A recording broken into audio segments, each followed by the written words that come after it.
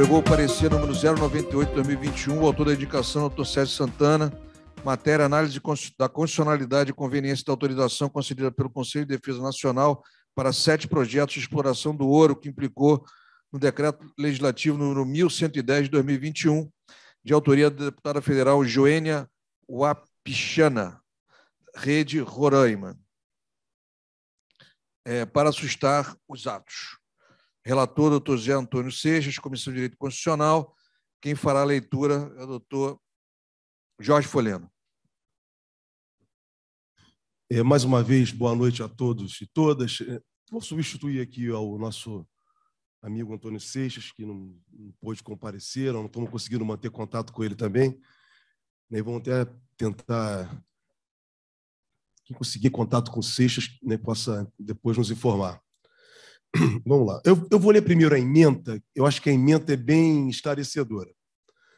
Análise da constitucionalidade e conveniência da autorização concedida pelo Conselho de Defesa Nacional para 7 projetos de exploração do ouro, que implicou no Decreto Legislativo 1110 de 2021, de autoria da deputada federal Joênia Wapichana, da Rede de Roraima, para sustar os atos.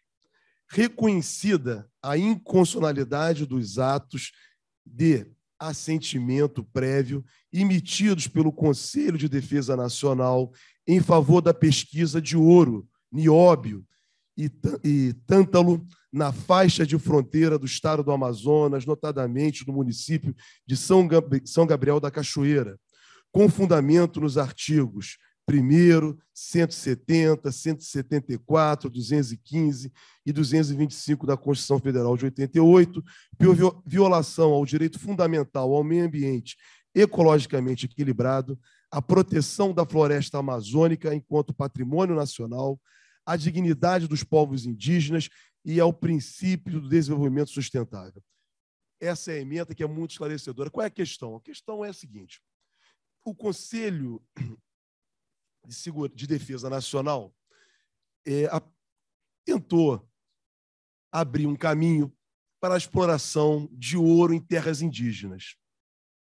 E é isso tudo que nós estamos vendo aí, que inclusive nós tivemos uma aprovação de uma moção há 2 semanas que conduziu ao assassinato do Dom Philip e do jornalista Bruno Pereira.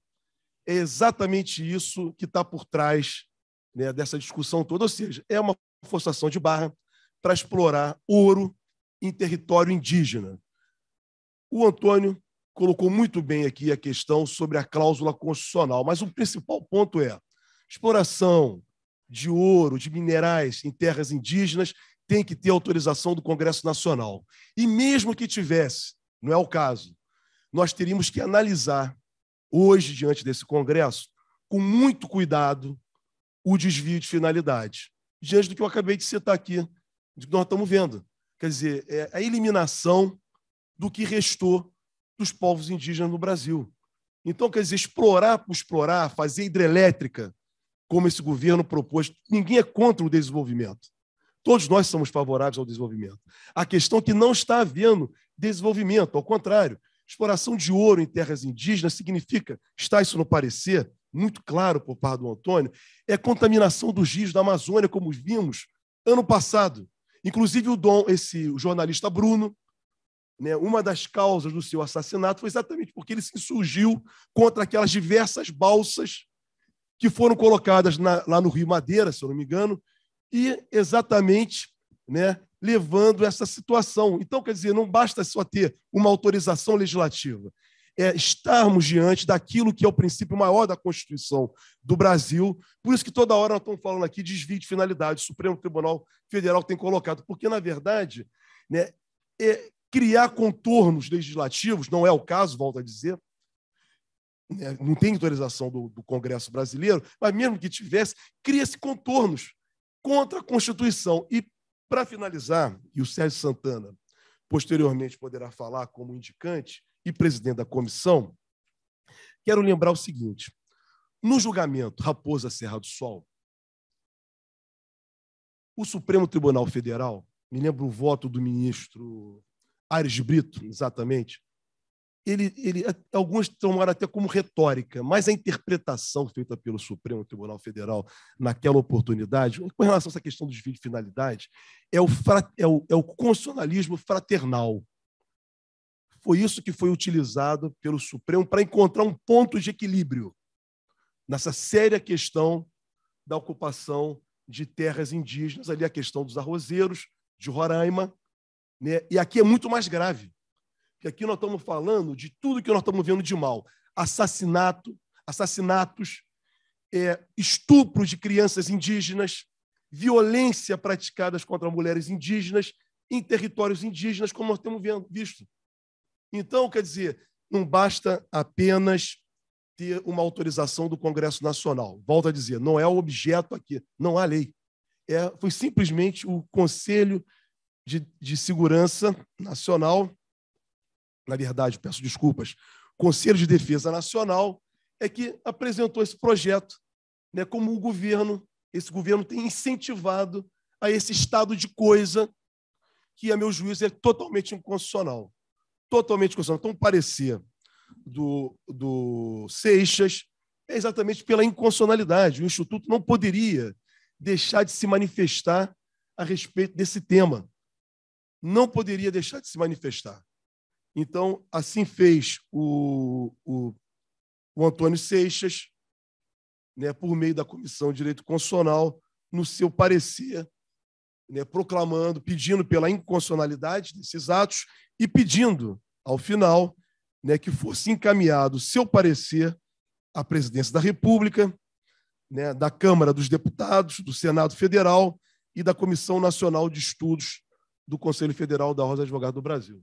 Então, presidente, eu acho que, em síntese, pela ementa, esse é o tema que nós estamos aqui debatendo.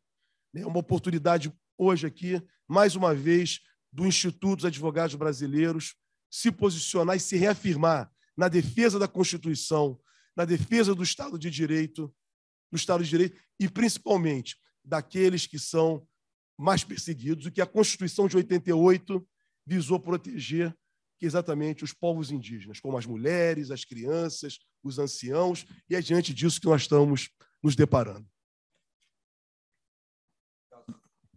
Alô? Obrigado, doutor Fernando. Põe em discussão... Sim. O Moelê, como indicante, pode falar por último, né? Eu acho que o doutor Alexandre quer falar.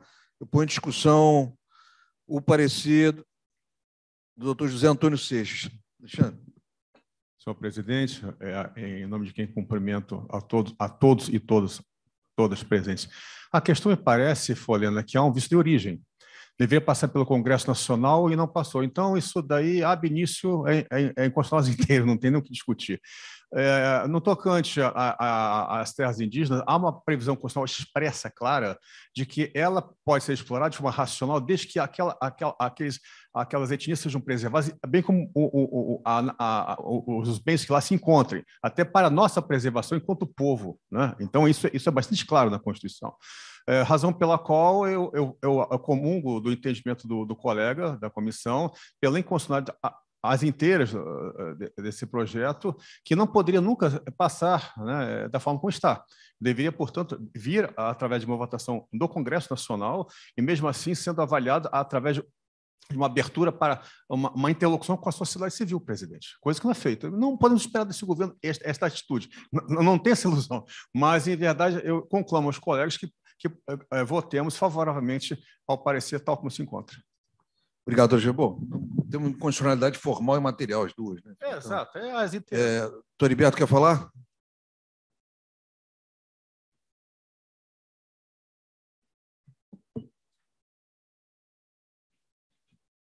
O que eu ia falar, Vossa Excelência acabou de falar, inconstitucionalidade formal e material.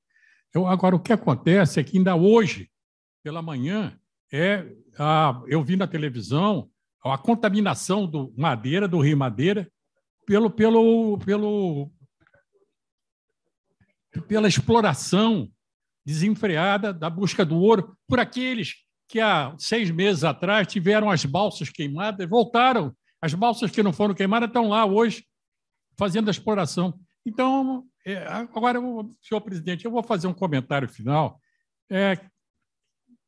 gostem ou não gostem de mim, a sorte do Brasil é que eu espero que dentro de 4 meses esse governo vá embora, definitivamente, tá entendendo? E essa parte de venda do território nacional, de entrega das riquezas nacionais, acabe definitivamente. É pela inconstitucionalidade formal e material, como Vossa Excelência bem salientou. Obrigado. Doutor Castelar, que está no nosso plenário virtual, boa noite. Com a palavra, por favor.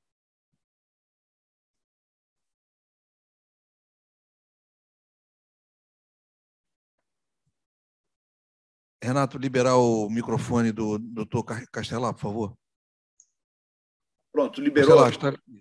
Tá, ok. Obrigado, presidente, pela atenção. Eu estava aqui verificando. Hoje saiu uma notícia no jornal de que o Congresso, o novo Código de Processo Penal, deve ser aprovado ainda este ano.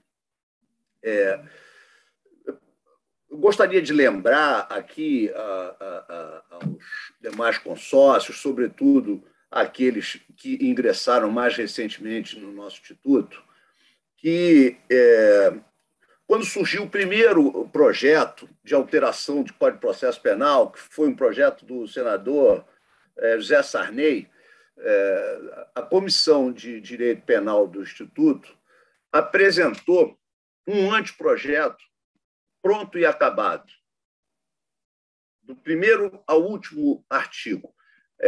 Foi um trabalho muito importante e muito enfim, dedicado da Comissão de Direito Penal, que à época era presidida pelo ex-presidente Fernando Fragoso. Esse projeto foi encaminhado ao nosso companheiro aqui, o nosso consórcio, nosso confrade, Miro Teixeira, que, à época, exercia o mandato de deputado federal, e o deputado Miro Teixeira apresentou esse projeto, transformou esse anteprojeto em projeto de lei e levou ao Congresso Nacional. Houve uma série de trâmites para lá e para cá, enfim, o Congresso tem lá as suas enfim, as suas idiosincrasias, as suas fórmulas de encaminhamento, mas o fato é que eu queria ressaltar e que é muito importante é que o Instituto dos Advogados Brasileiros apresentou um Código de Processo Penal pronto, inteiro, e esse Código de Processo Penal está lá no Congresso. Eu não sei se seria o caso de reavivar esse anteprojeto, esse projeto, porque, enfim, já tem novo andamento. Eu não sei exatamente como é que funciona a questão das emendas, etc., no Congresso, mas, enfim, eu queria trazer essa questão aqui ao plenário, a Vossa Excelência, aos demais consórcios, para lembrar que o Instituto tomou essa providência naquela ocasião, encaminhando para o Congresso, através do deputado Miro Teixeira, que eu não sei se hoje está no plenário, através do deputado Miro Teixeira, apresentou um projeto de lei, um substitutivo de Código de Processo Penal, e está aí na biblioteca do Instituto, nos arquivos do Instituto. Era essa a questão que eu queria trazer ao plenário hoje, já que saiu essa notícia no jornal, lembrar desse episódio. É só isso, presidente. Muito obrigado pela atenção. Aos demais. Obrigado, doutor Castelar. Enfim, nós estamos discutindo o parecer, né? Mas eu vou passar a palavra para o doutor Carlos Eduardo, primeiro vice-presidente. Eu pensei que, como o nosso sempre fala...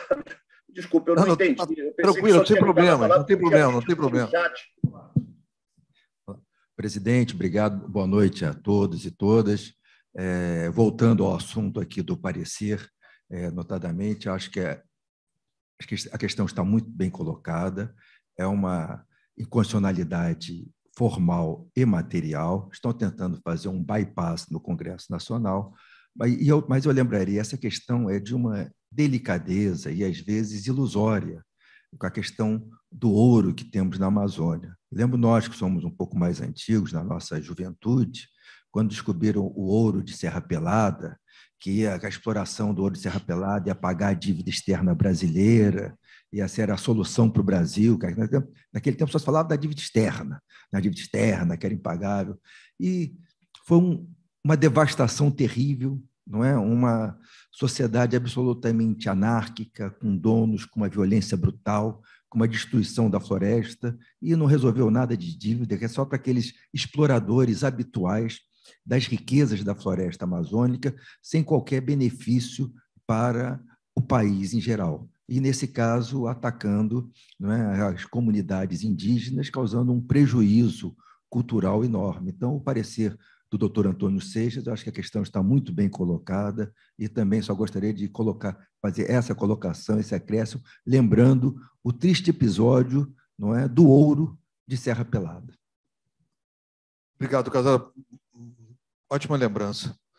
Enfim, doutor Castelar, eu não estou desconsiderando a sua fala, enfim, a gente só vamos apenas fazer o fechamento aqui da votação do parecer. Eu passo a palavra, acho que não tem mais ninguém inscrito, vou passar a palavra ao indicante, doutor Sérgio Santana, para caso queira fazer alguma consideração.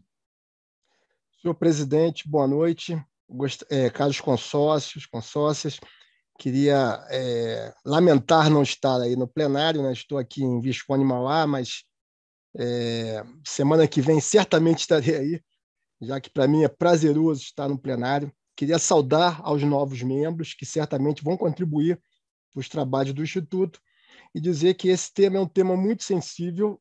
Quando eu fiz a indicação, eu não só tive a compreensão da importância do tema, como também a vivência pelo fato de já ter estado várias vezes na Amazônia, inclusive no campus avançado da Universidade Federal Fluminense, 2 vezes em Oriximiná, no Pará, e ter verificado situação de mercúrio no Rio Trombetas e os vários problemas no hospital, que é administrado pela universidade em conjunto com o município, lá em Oriximiná, de problemas decorrentes dessa questão relacionada ao mercúrio.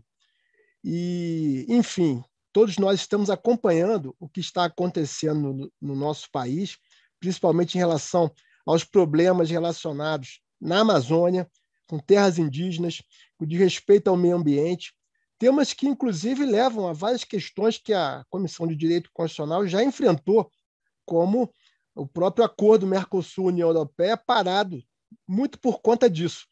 Então, a imagem do Brasil no exterior é a pior possível.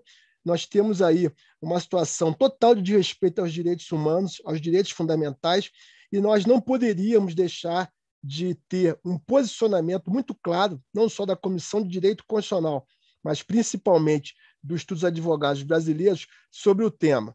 Nós tivemos 2 reuniões para discutir esse tema com o relator, doutor Antônio Seixas, esgotamos bastante a preocupação dos membros, né, na troca de ideias, e eu acompanho integralmente, estou contemplado com toda a fundamentação e a conclusão do parecer, com o encaminhamento, como foi muito bem lembrado pelo querido Folena, que eu agradeço por ter feito a leitura do parecer, a defesa do parecer, no sentido de encaminhar para o Congresso Nacional, as 2 casas do Congresso Nacional, a Presidência da República e para a Comissão de Estudos Constitucionais da Ordem dos Advogados do Brasil. Muito obrigado, presidente. Obrigado, doutor Sérgio Santana. Acho que a questão está clara, bem posta. Enfim, eu ponho em votação, primeiramente aqui no plenário físico, enfim, alguém que discorde do parecer. Não, então aqui por unanimidade. Com relação aos nossos membros que estão no nosso plenário virtual, alguém que divirja do parecer? Não havendo divergência, dou aprovado por unanimidade.